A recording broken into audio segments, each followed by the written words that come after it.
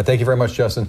Localized flooding is always a concern when it comes to battling these storms, and in Eugene, the issue actually prompted the beginning of a new project in hopes of alleviating the response to these heavy rains. KEZI 9 News reporter Na Nguyen is live tonight in Eugene to show us how that project is going. Na?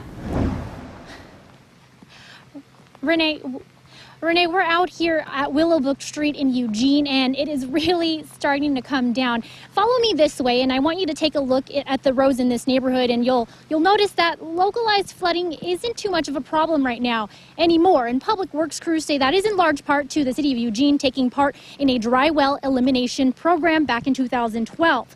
Now, if you take a look at this video here, you can kind of get a feel for the impact that this program is having on this issue of localized flooding. Look, when it normally rains like this, you'll see that the roads are a lot wetter. Take a look at that truck driving through that puddle in the middle of the street. And that is because dry wells historically are used in areas that don't have a good connection to the stormwater drainage system. And what happens is that water goes into these underground storage and infiltration structures during a storm. But it's only meant to be a temporary fix, and often it can't hold enough. And that's when the flooding happens.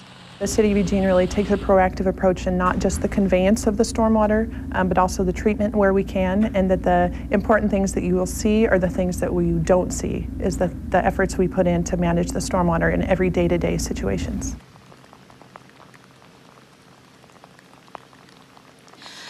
The city has identified more than 100 public dry wells they hope to replace over the next 5 to 10 years. So far, they have replaced about 30. Now, back out here live, if you take a look this way, this is a vegetated swale. This is one of the ways that the city is replacing these outdated systems.